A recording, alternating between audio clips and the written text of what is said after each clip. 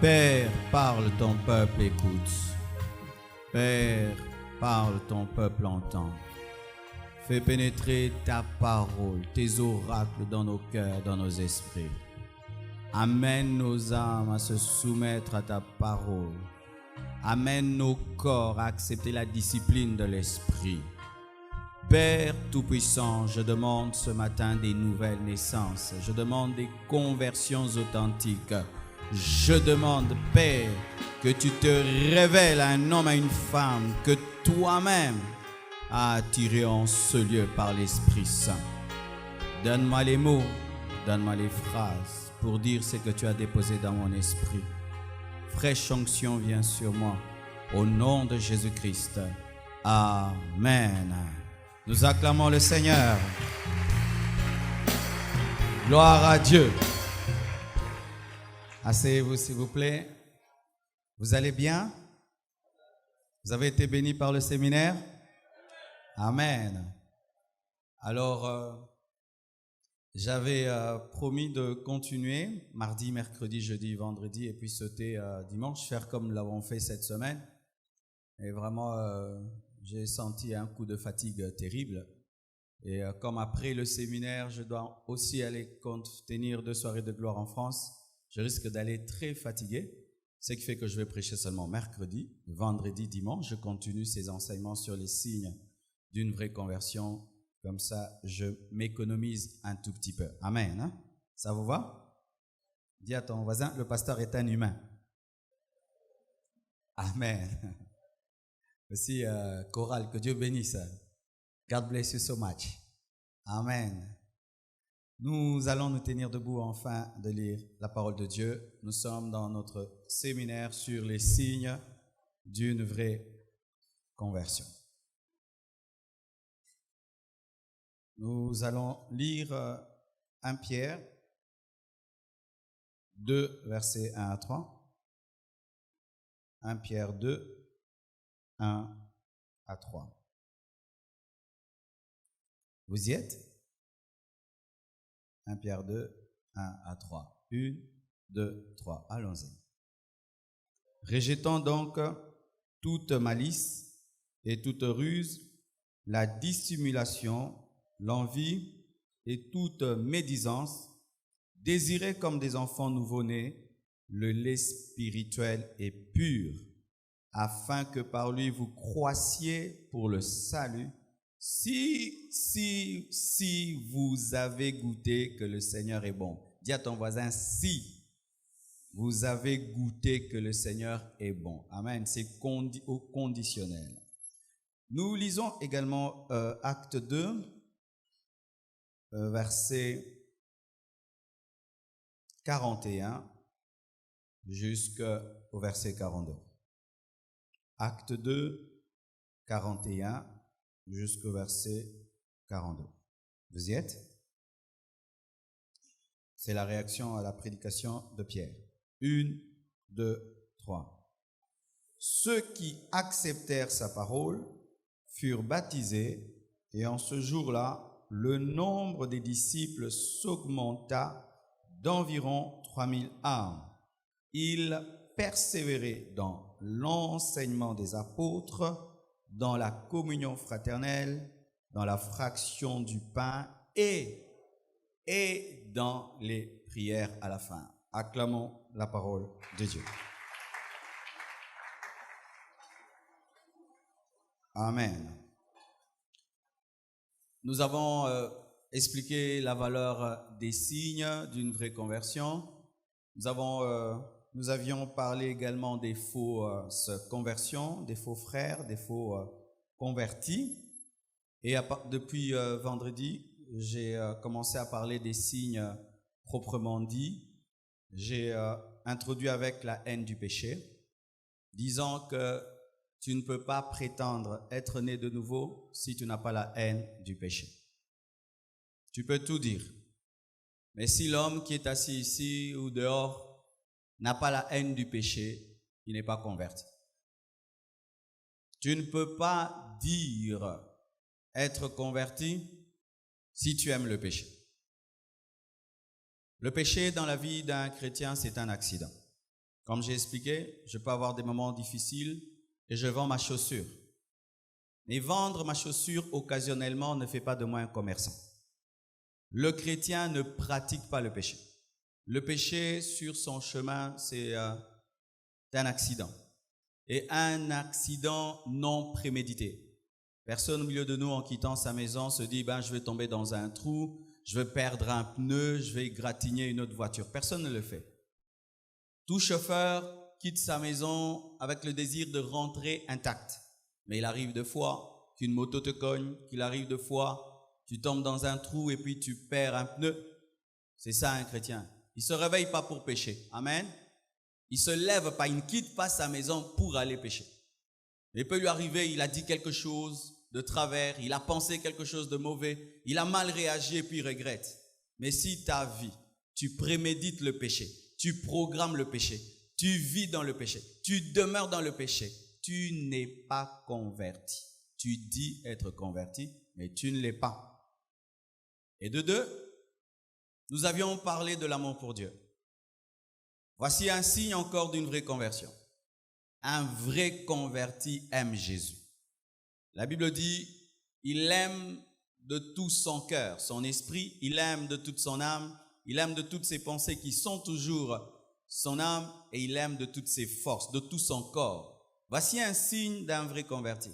Il aime Dieu beaucoup. Il aime Jésus qui l'a sauvé de tous en lui. Il n'y a pas une seule partie de lui qui échappe à l'amour qu'il a pour Dieu. Il aime Dieu. Il ne force pas pour adorer. Il ne force pas pour aimer. Il ne force pas pour obéir. Est-ce que tu es né de nouveau?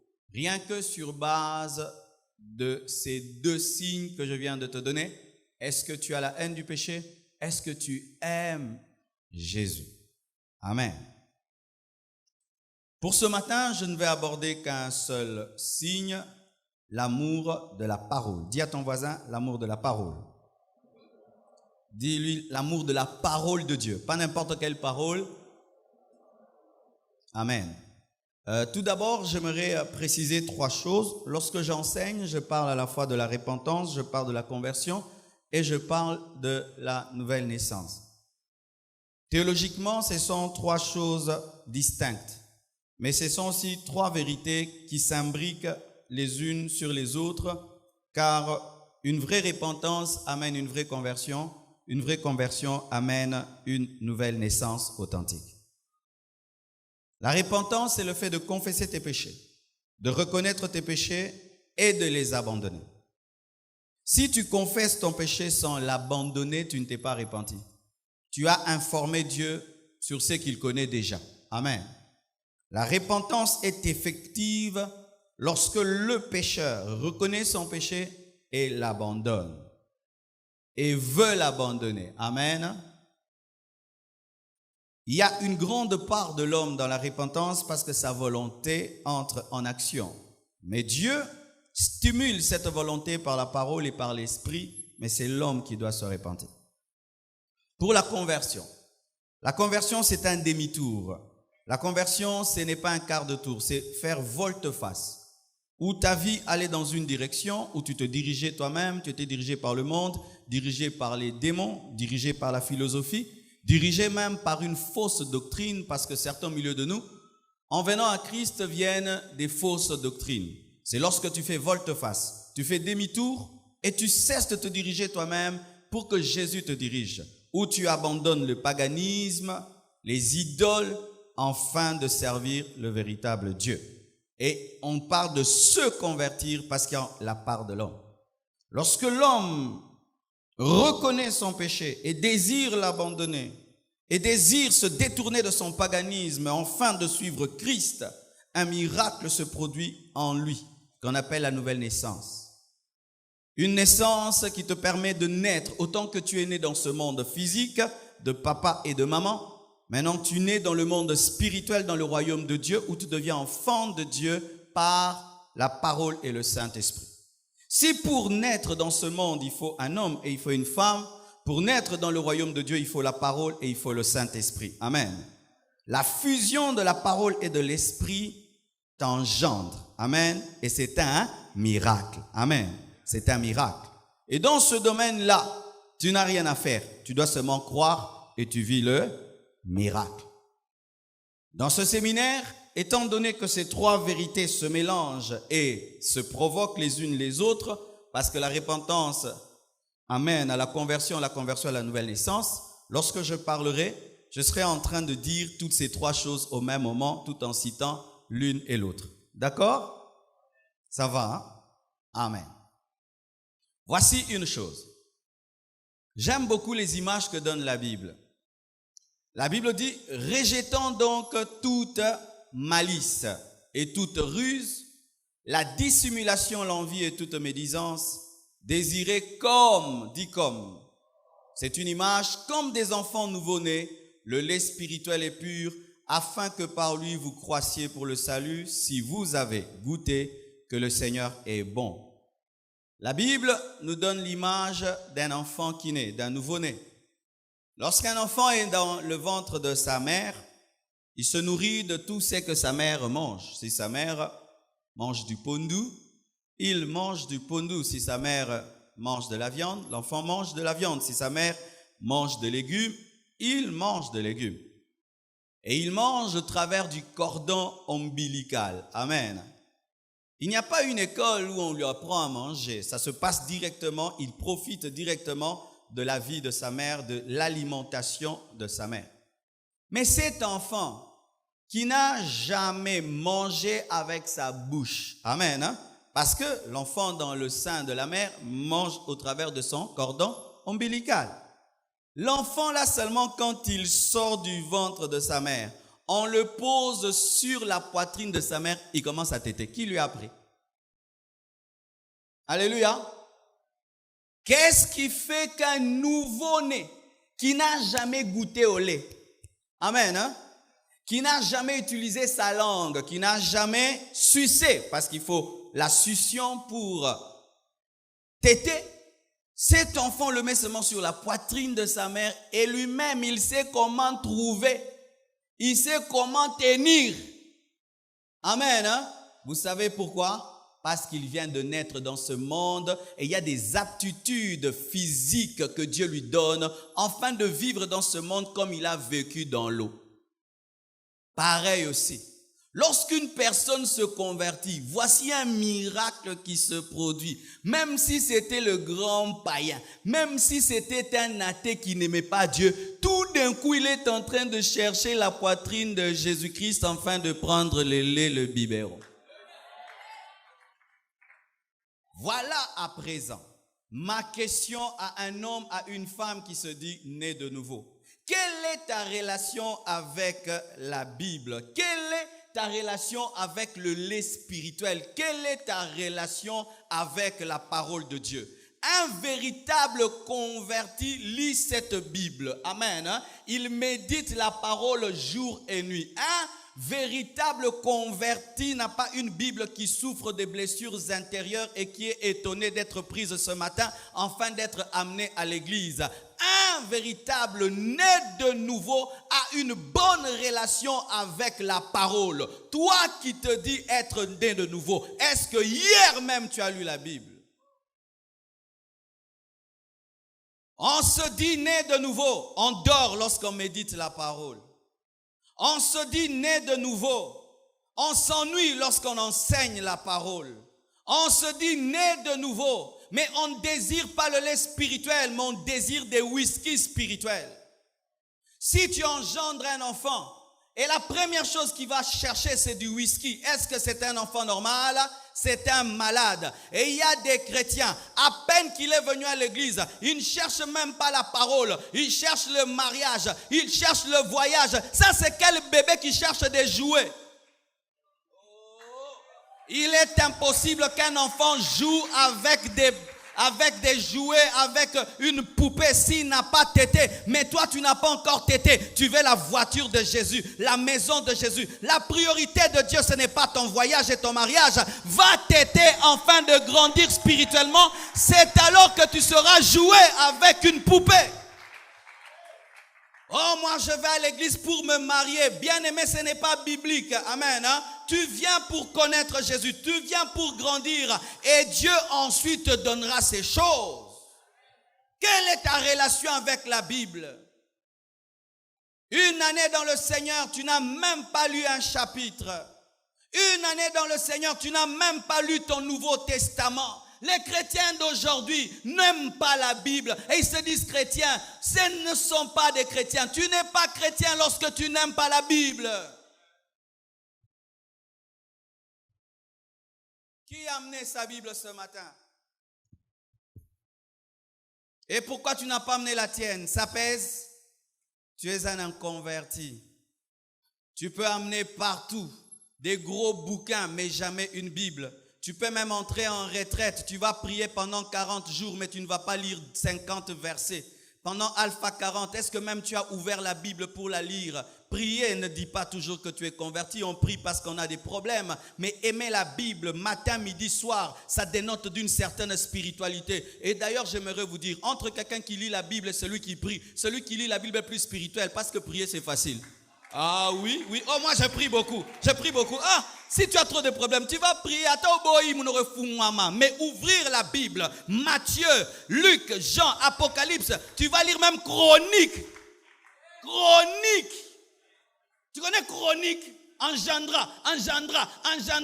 Mais Bible, engendra. Oui, il y a des révélations même dans engendra. Si tu connais ces noms-là en hébreu, tu connaîtras que Dieu est un Dieu de génération.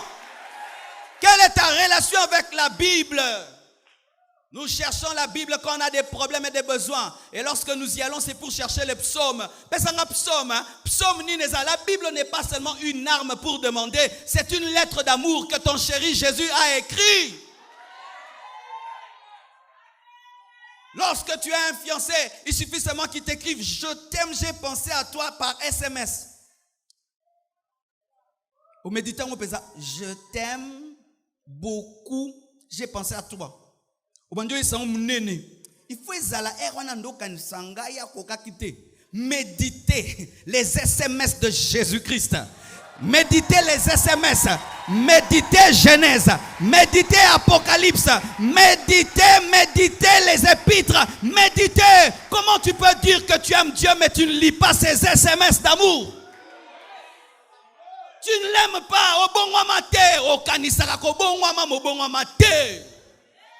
Yo zabwe penzo lingi ser moko tindele semaine je t'aime biso ka kipaki yango te 2 mois alingi yo asa zwi mutu mususu ndenge yo si obala satana obala mokili. Chaque matin tu consultes ton Facebook. Est-ce que chaque matin tu lis ta Bible? Des adorateurs de Facebook. Vous êtes convertis à Facebook. On verra si Mark Zuckerberg vous amènera où. Vous maîtrisez votre Facebook chaque matin, chaque nuit. Mais est-ce que vous lisez la Bible chaque matin, chaque nuit? Et on dit qu'on est converti. Quelle est cette conversion? On dit si vous avez goûté que Jésus est bon, alors vous boirez. L'attachement à la parole de Dieu révèle qu'une personne a goûté Jésus. Donne-moi la main que je te prêche. Et cet attachement à la parole, ce n'est pas seulement dans une parole qui te plaît, même la parole qui te blesse.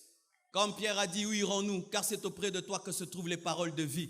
Même si tu ne multiplies pas les pains et les poissons, et tu nous demandes de boire ton sang et de manger ta chair, nous t'aimons aussi pour des choses qui sont dures, où tu n'aimes pas Dieu seulement quand il te parle de bénédiction, mais lorsqu'il te parle de jugement. J'aime Dieu lorsqu'il me dit, pécheur, tu mourras. J'aime aussi quand il me dit qu'il va m'élever. J'aime la parole qui me dit que je marcherai sur les scorpions, sur les serpents, mais j'aime aussi la parole qui dit que sans la sanctification, personne ne verra Dieu. J'aime lorsque la Bible me dit que tant que je vivrai, rien ne me résistera, mais j'aime aussi la parole de Dieu qui me dit que je dois traiter durement mon corps. J'aime la parole de Dieu lorsqu'elle me révèle mes devoirs et mes droits. Je n'aime pas que mes droits, j'aime aussi mes devoirs. Je n'aime pas que mes devoirs, j'aime aussi mes droits. Je n'aime pas seulement que les promesses, j'aime aussi les principes. Et je n'ai pas de préférence entre les prédicateurs. Ou tu aimes le prédicateur qui, quand il prêche, tu commences à sauter. Il peut te faire sauter puis te jette en enfer. Mais un autre te fait asseoir et il t'enracine dans la parole. J'aime lorsqu'un prédicateur prêche, il me donne la joie. Mais j'aime aussi lorsqu'il me fait pleurer. Ou il m'amène à rentrer à la maison, je me pose des questions pour ça n'a bétaillé. Alléluia. Ou tu commences à regarder avant d'aller dans une convention, tu regardes. Qui va prêcher samedi? Marcelo?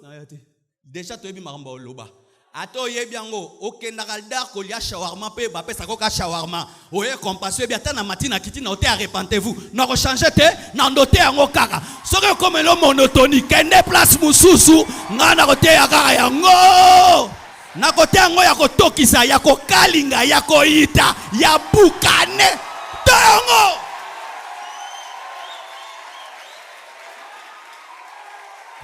Dieu dit à Jérémie, ce n'est pas à toi d'aller vers eux, c'est à eux de venir vers toi. On reconnaît un prédicateur par la monotonie de ses prédications.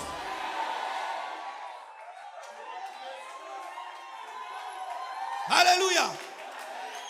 Lorsqu'un homme est né de nouveau, il aime tout. Lorsque la parole le brise, il dit Amen. Lorsque la parole encourage, Amen. Lorsque la parole le touche, Amen. Lorsque la parole le donne la joie, Amen. Pourquoi?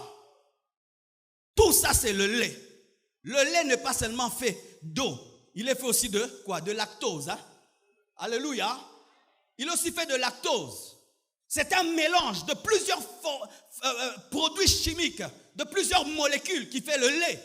Et la parole de Dieu n'a pas que des parties qui te donnent la joie. Il y a aussi des parties qui te troublent.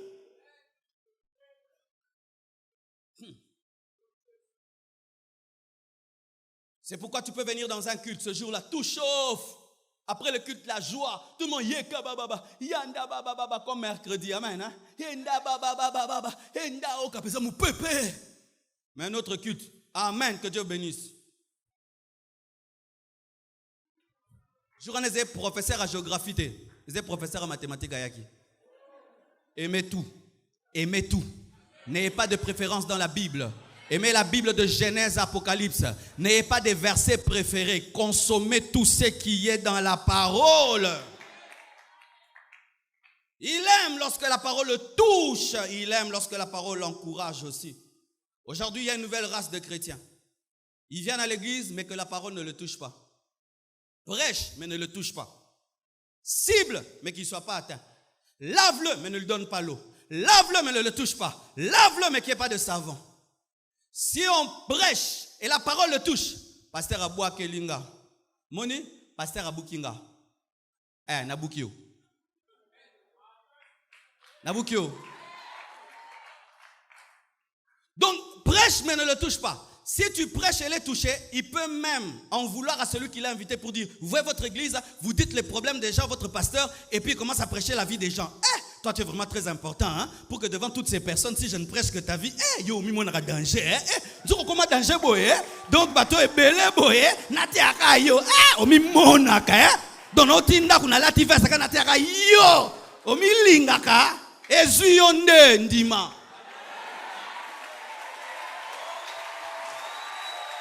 Aussi, les gens pensent que lorsqu'on prêche, on doit prêcher que des choses qu'on ne connaît pas. Si tu prêches ce que tu ne connais pas, le Saint-Esprit t'a dit. Mais si tu prêches des problèmes réels que tu connais, ce n'est pas l'esprit. Si tu vas en voyage missionnaire dans un pays des homosexuels, tu vas prêcher sur quoi? Tu savais ou tu ne savais pas? L'esprit ne t'a pas parlé. Hein? Le pasteur a prêché parce qu'il sait. Oui, je savais, j'ai dit. Amène-moi où tu veux.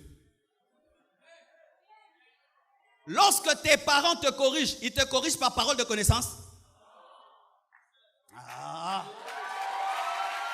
Tu es un enfant pour moi. Même si tu es plus âgé que moi, aux amouana. Même si tu es plus âgé que moi, tu es mon enfant. Lorsque tu étais à l'église catholique, tu disais quoi? Tu appelais le prêtre comment? Il était moins âgé? Oui, il était moins âgé. Il y avait des pères qui étaient aussi moins âgés. Tu l'appelais père. Abala? Abota? Mais Abala? Nabota?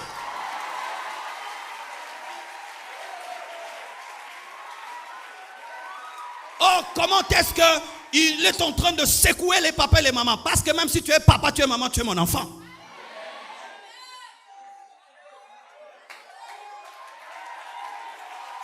Et je ne prendrai pas des gants, je te parlerai. Pourquoi? Lorsque même le président de la République va consulter un médecin, s'il a honte de lui, il a peur de lui, il ne va jamais l'opérer. Mais pour opérer le président, il faut signer l'homo là.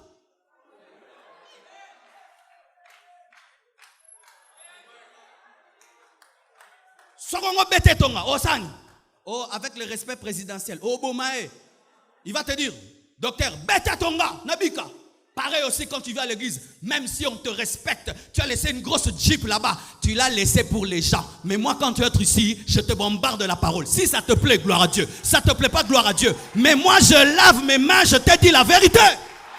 Sinon tu vas aller en enfer avec tes honneurs et tes grades de général, de ministre. Non, même si tu es ministre, tu es un enfant de Dieu et il faut qu'on te parle comme tout le monde. Oh, ça m'a touché, ça t'a touché. Parce que tu es venu ici pour changer.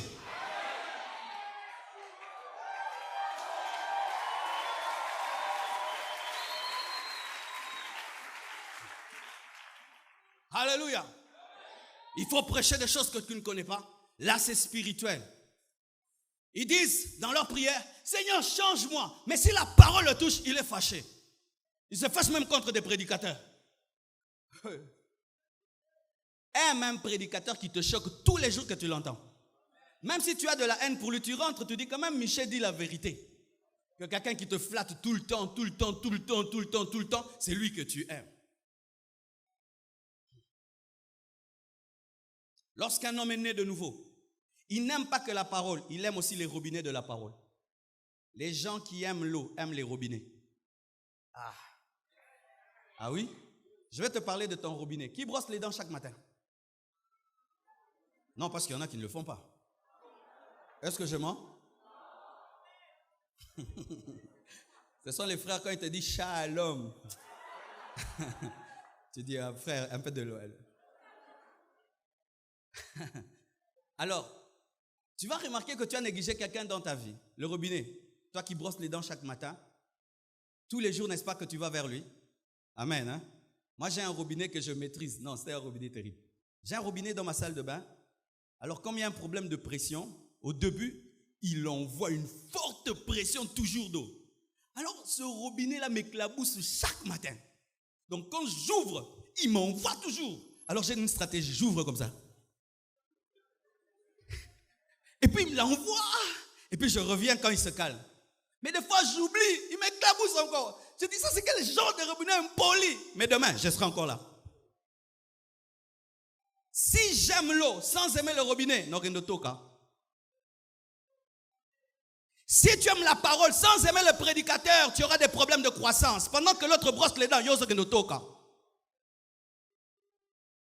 Ta relation avec les hommes de Dieu conditionne aussi la manière dont la parole te bénira, parce que cette parole passe au travers aussi des prédicateurs. C'est pourquoi tu as remarqué, un prédicateur que tu aimes beaucoup, Dieu l'utilise beaucoup pour te transformer. Mais lorsque tu n'aimes plus un prédicateur, tu n'es plus transformé. Pourquoi? Le robinet est important pour que la régie des autres te donne l'eau. C'est pourquoi que personne ne te trompe. Aime les prédicateurs. Dieu est contre que tu puisses nous adorer. Molinga biso nzamba linga ngo fort. Bino bolinga passer na bino mingi. E bon ba ina e. Bolinga passer bino mingi. Il faut to linga e.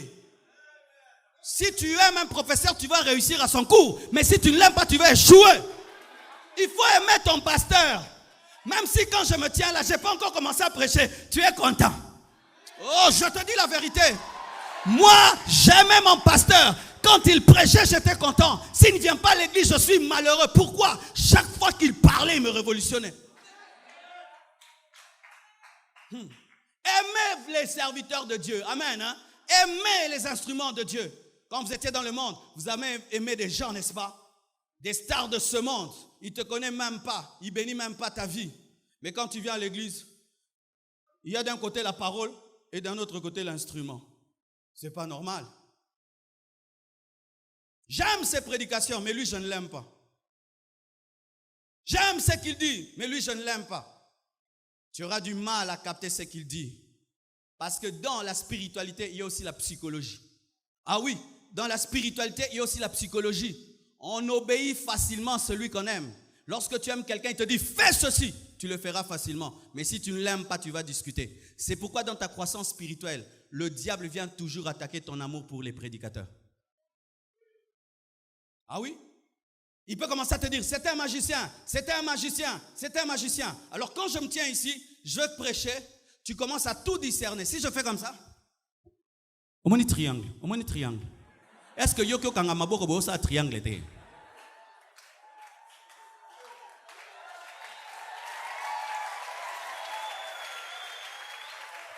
Mais non, mais c'est grave. Si je fais comme ça, triangle. Yo kasi mata awa chape boy tout monsieur ça là et ça rectangle.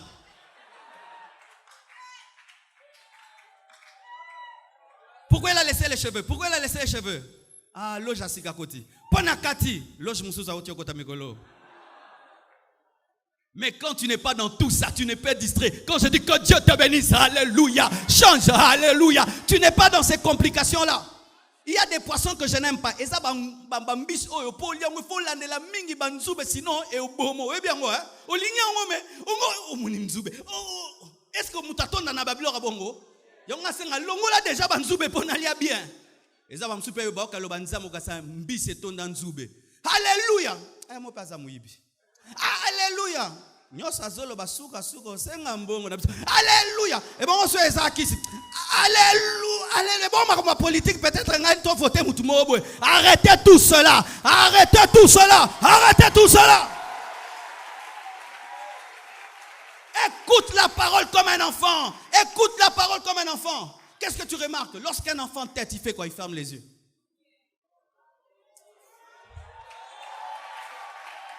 Lorsque l'enfant tête, un bébé tête, le bébé ferme les yeux. Pourquoi? Il a confiance que maman ne va pas m'empoisonner. Il a confiance, maman même. Si elle a pu me garder dans son ventre, ce n'est pas maintenant qu'elle va me tuer. Mais il y a des bébés. Et kenge. Wani nongo pesanga. Pesanga à gauche, à droite. Il y a droite et mabe. Pesanga ya.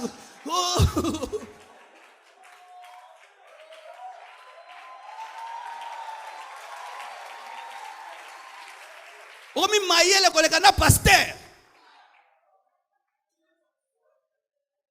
Mais là, pasteur, tu n'as pas bien introduit, Et la conclusion dans tout ça, va lire la Bible, la prédication de Pierre. Il y avait l'introduction ou le développement où il s'est seulement converti. Lorsqu'un homme aime la parole, il ne vient pas à l'église pour juger les prédicateurs. C'est vrai, il nous arrive des fois aussi de commettre des erreurs. On est des humains. Il arrive des fois même au lieu de dire Aman, j'ai dit qui? Naman. Toi, tu n'as jamais dit ça. Je peux dire Naman et puis je dis Aman. Mais moi-même, je sais que c'est Naman. Mais vitesse, kaka. Vrai ou faux? Ça peut m'arriver un jour, je ne me suis pas bien réveillé, je dis des choses. Mais quand tu viens, toi, tu n'es pas venu pour ça. Toi, tu es venu pour que Dieu te parle. Un nouveau converti vrai, il ne vient pas à l'église pour critiquer. Il ne vient pas pour chercher des fautes dans le prédicateur. Il vient pour manger. Écoutez ceci. Tu penses que un prédicateur, même le plus grand, n'a jamais commis d'erreur? Il peut même commettre une erreur doctrinale. Lui, il croit par exemple que le baptême du Saint-Esprit, ce n'est pas parlant d'autres langues, c'est le fait seulement que tu aies reçu Jésus dans ta vie. Maintenant, pour cela, tu vas le jeter. Ou tu viens maintenant, tu es en train de chercher la petite bête. La petite bête. Mais pourquoi il a dit ça? Et pourquoi il a dit ça? Mais pourquoi il a dit ça? Et pourquoi il a dit ça? Et pourquoi il bouge beaucoup? Et pourquoi il crie? Mais il ne peut pas parler calmement. Pendant que toi tu es dans il ne peut pas, les autres sont en train de manger, et de manger, et de grandir, et de grandir. D'autres, ils peuvent même suivre comment ils transpirent, mais ils ne s'essuient pas. Oh, mais tu baza, penza. Ah, pas moussa mutoki nanu.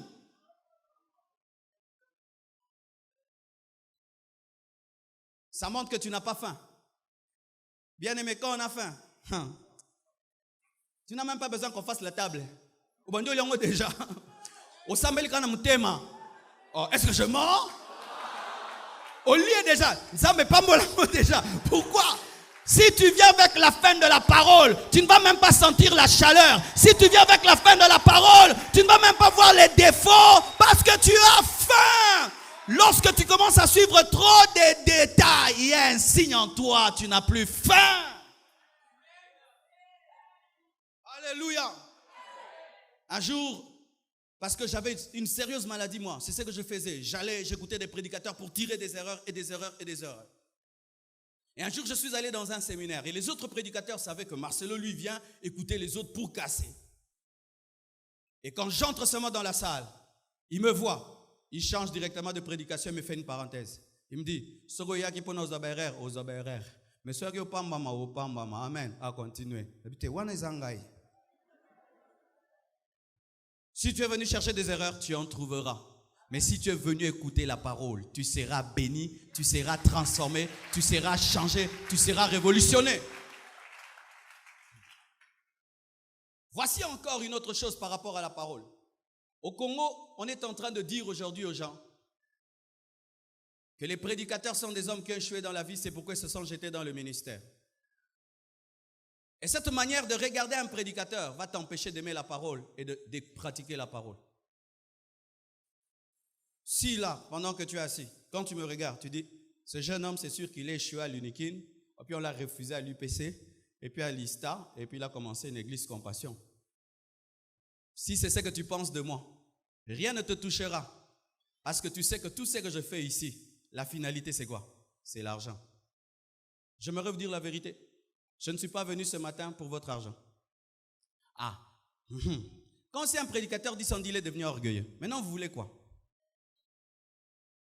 Si je dis que je suis venu ce matin, pas pour votre argent, orgueilleux. Mais si je dis aujourd'hui vous allez me donner l'argent, cupide.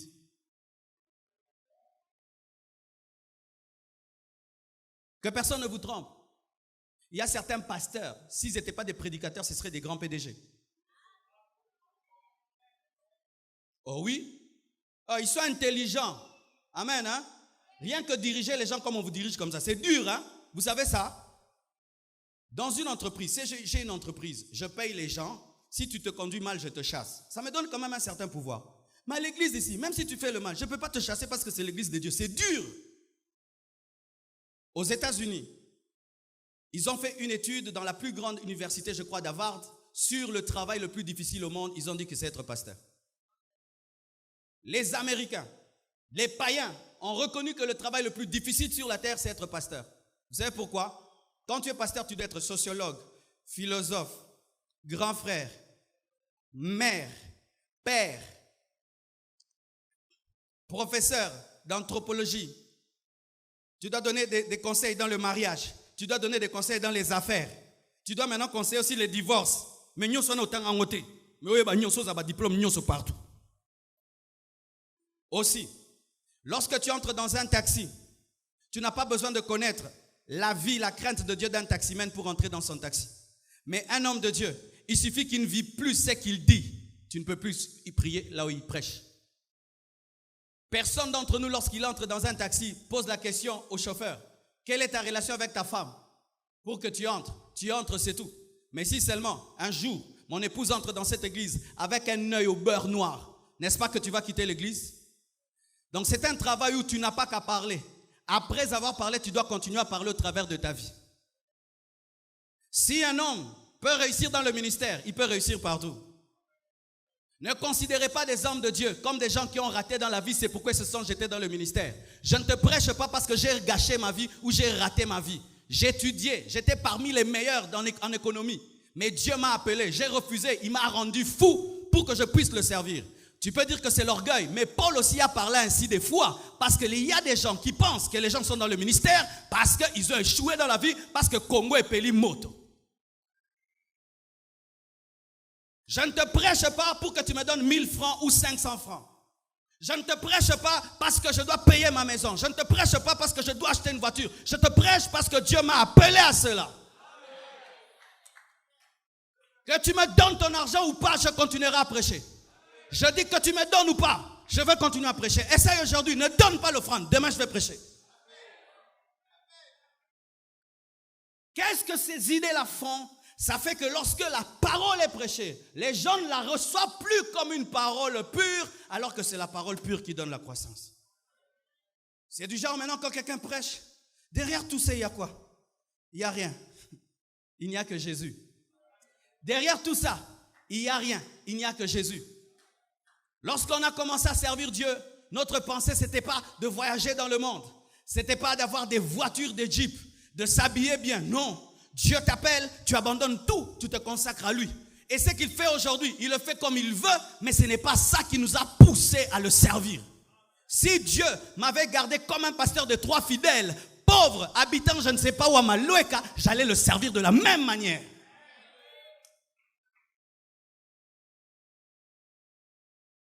Alléluia. Vous le croyez? Et voici une chose, et j'aimerais terminer là. Dans Acte 2, versets 41-42, la Bible nous dit, après que Pierre ait prêché, la multitude qui a entendu, les 3000 qui ont entendu, ont commencé à persévérer dans la parole. Directement après leur conversion, ils ont commencé à persévérer dans les enseignements des apôtres. Ensuite, dans la communion fraternelle, la fraction du pain et les prières. Dans une église, lorsque les gens se convertissent, ils viennent d'abord pour la parole. Ils ne viennent pas d'abord pour la communion fraternelle. Ils ne viennent pas d'abord pour des relations et des connexions d'affaires. Alléluia.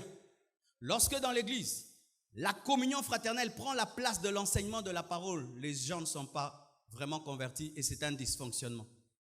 Quand tu viens à l'église, tu viens pourquoi?